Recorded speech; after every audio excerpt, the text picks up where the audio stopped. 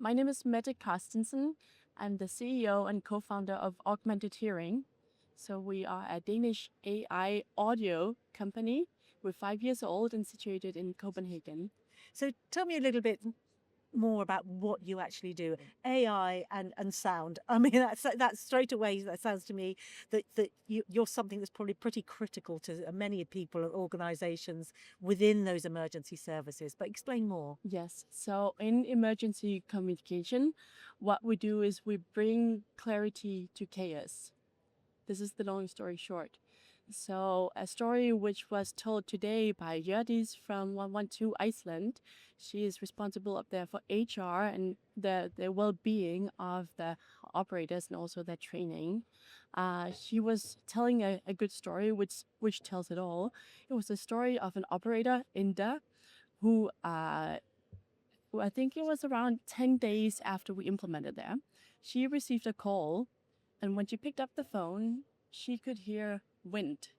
And this was in Iceland. They tend to have quite wild Quite a weather lot up of there. wind out there. Yeah. In fact, it wasn't even during the winter. It was just a heavy summer storm, which all of a sudden came up.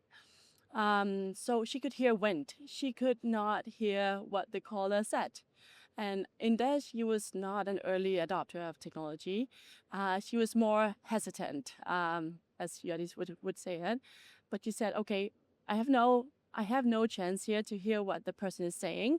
So she hit the Sharpi button, one click, and all of a sudden she could hear the caller. She could hear it was a wife, an elderly woman, who had gone for a hike with her husband. And during this wind, the husband had been pushed over and he had suffered an injury. They also followed up afterwards with pictures, and it turned out that the injury was a lot more severe than first anticipated, and it meant that they could send out the helicopter 45 minutes sooner than they would have done otherwise. So this is just one of the cases that I love to hear.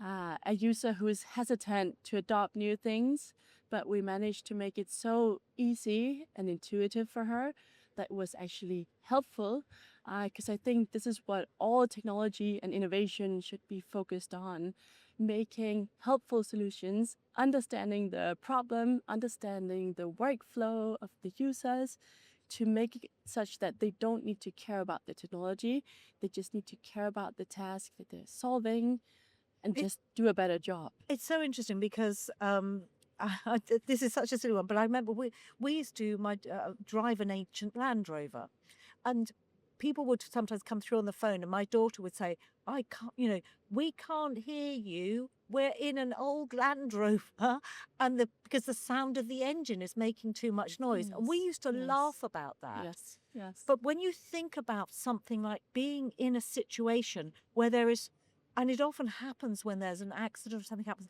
there is noise, there can be chaos. And as you say, even just something as simple as the wind. Yes. That not being able to hear, it could be a life or death moment. It could. And the operators, the call takers, they know this. They recognize this, right?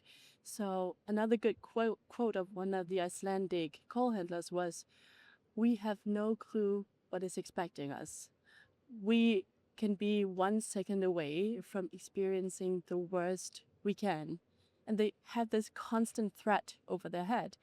So this is why clarifying a call, it means a lot more than this call, because it has derivative effects in all the next calls, which are expected to come in, because the call takers, they feel empowered to solve the task that they need to solve.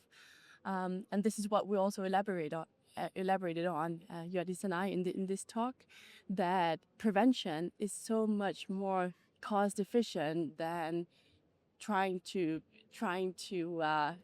repair afterwards, yes, exactly. right? So this is why we're seeing such dramatic effects of this early investment. If you can improve the basic conditions of solving the task, it will mean call handlers who can give a better service, better safety to the citizens.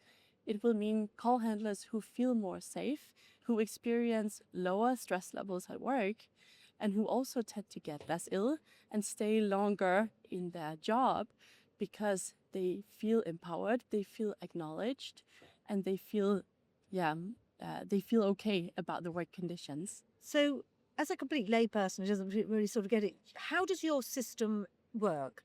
So somebody is called in. Yes. You, as you were saying earlier, you can't hear what they're saying.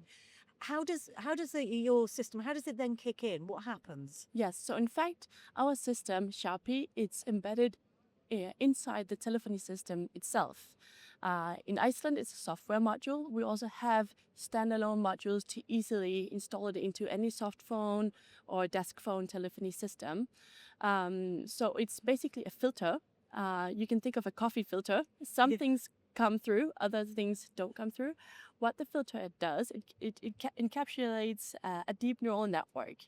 So what is a deep neural network? It's just a lot of computations trying to identify the objects in the sound signal.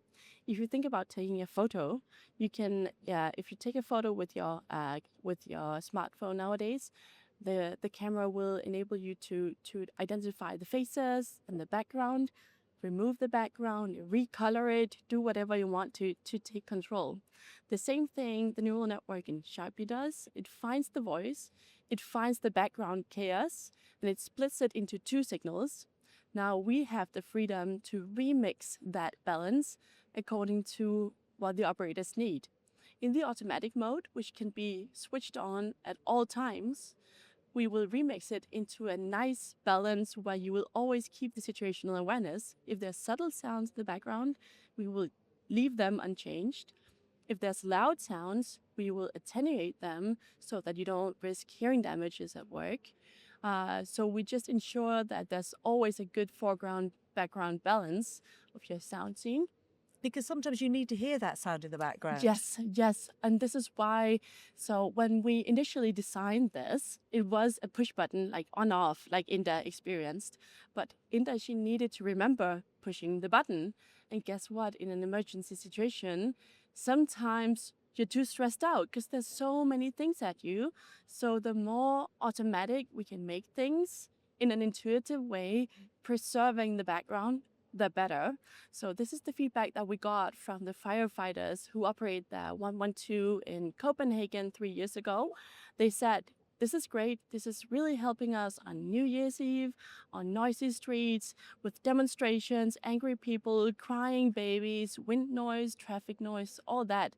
However, why don't we have it on all the time? And other users say, no, don't put it on per default because I need to hear that. I have a sixth sense of understanding what's going on. So we figured it's not responsible to put it on all the time. Just you need to pick up that information. Then we thought, could we do like a timer to say it's going to kick in after a couple of seconds, something like that? No, it will put the user out of control. They need to feel in control. They need to feel everything is stable the way it used to be. So we kept thinking about this for a long time. How can we help them? Also, the risk of hearing damages. If there's a sudden loud noise, it could be a siren, wind noise. Sometimes the operators would be wearing the headset a little bit skewed, so they're able to quickly hit it off if they need to. Sometimes there are stories of operators who needed to go home with a ringing tone in their ears. Many of them have a tendency for tinnitus and hearing problems too.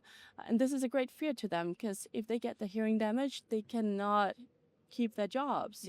So it's quite a big deal. So how we solved this was to design the automatic mode, which, as I just explained, assessing the background and the level of the noise, because low level noises are okay. Those are informational, and the loud noises, we can take them down because nobody needs to hear it that loud. And this is really the novelty with AI, that we can understand what is in the scene, like your brain, right? If you look at a picture, you can understand what's in the picture and choose your focus.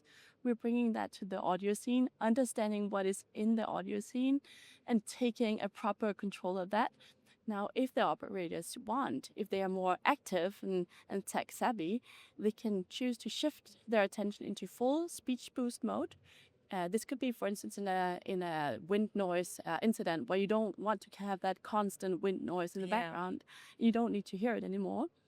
Or they can do the opposite. If there's something suspicious going on, it could be somebody lying to you, it could be domestic violence, all kinds of suspicious things.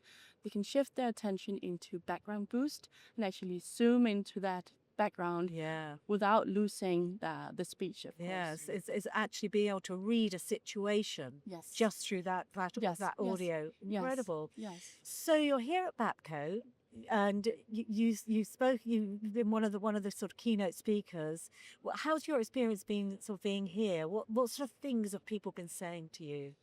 Well, it's been absolutely wonderful to hear the resonance of what everybody think about. Like the tendency among this community is really people want to improve the levels of safety for operators and for citizens, right? Everything comes from a big heart, and the question is, how do we do that? And the interesting thing is to see it's being attacked from so many different angles. Like there's the psychological effects, there's the whole organizing and preparing and planning things, there's the training.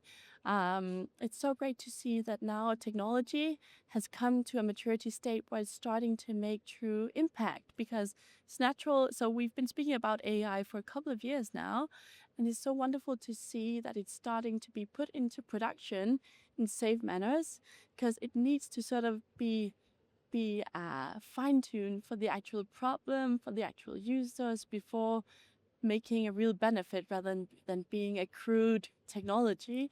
And this is just wonderful to hear how it's starting to crystallize. And it is for people like the emergency services that it makes such a difference to everything they do, because the one thing that about them, it is time that is totally critical. Yes, it's just an effect multiplier, right? If I do a little bit faster at work, what difference does it make, right? In this domain, everybody can agree. So these people, they are taking care of some of the most demanding jobs in society, and supporting the most vulnerable people. True. And we all rely on that. I think everybody can agree this is where it really, really matters.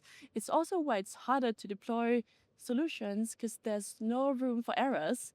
You need to show the resilience. You need to ensure that things are properly tested and proven. So there's also a natural reason why it takes time to adopt things. And I think this has been very interesting to follow the first steps on that road. What's next for you? Oh, that's so exciting. So from looking inward to what we're doing, we have some really, really exciting research coming up on agonal breathing. This will have a very high impact on safety for especially the PSAPs and ambulance services. The case is when somebody has a heart attack, it's often a question whether this person is breathing normally or not. And the case is, so agonal breathing is a brain reflex you have just before you die. It doesn't mean wait for the ambulance. It means start CPR now. But since it's often confused with breathing, because everybody around want the person to be breathing, because then we're off the hook. It's often confused, and it means literally many lives are not being saved as fast as they could be. So this is really a thing where we want to just naturally strengthen the PSAP operators' ability to hear breathing sounds, because that would fit again seamlessly. And that would just be in a call workflow. center. That would just be on a call center, and they'd hear that. And yes, they would not even notice that the technology is there. The technology is naturally enhancing those sounds to make it easier for them to pick it up. I think this is very exciting. So all kinds of, since I'm very audio oriented, I'm so excited to see this safety being rolled out and just increasing the safety conditions among operators. But there's so many things, right? I think I think all the speech to text initiatives are also going to bring great benefits as soon as they are properly integrated to make summaries, translations. Again, in those calls where web communication breaks down, if you can identify the language, translate it, transcribe it in real time so that the users have a better time understanding the calls. I also heard sometimes just a simple thing from the PSAP. Sometimes the information coming in is so dramatic and overwhelming, and so a person can call in and say, my son got run over by a car, he's under the car, and the operator could answer, what? Because it's so insane that it's so like devastating that you can't really believe it. So they're saying, well, if we can then write that, then we can omit all that back and forth repetition, losing trust in the operator, to make more better conditions for everybody. I think this is interesting. Wow. Gosh, well, yeah, Yes. sort of watch this space, isn't it? Yes. Mette, thank you so much for talking to us today. Gosh, there's lots to there's just so many amazing and fascinating things that we're discovering here at Back Close. It's my first time at the event, and I'm just really amazed that companies like yours and things that they're doing to make the lives of those who are in the profession, and also at the end of the day those people whose lives that count. So thank you so much. Thank you so much too. It was lovely to be here.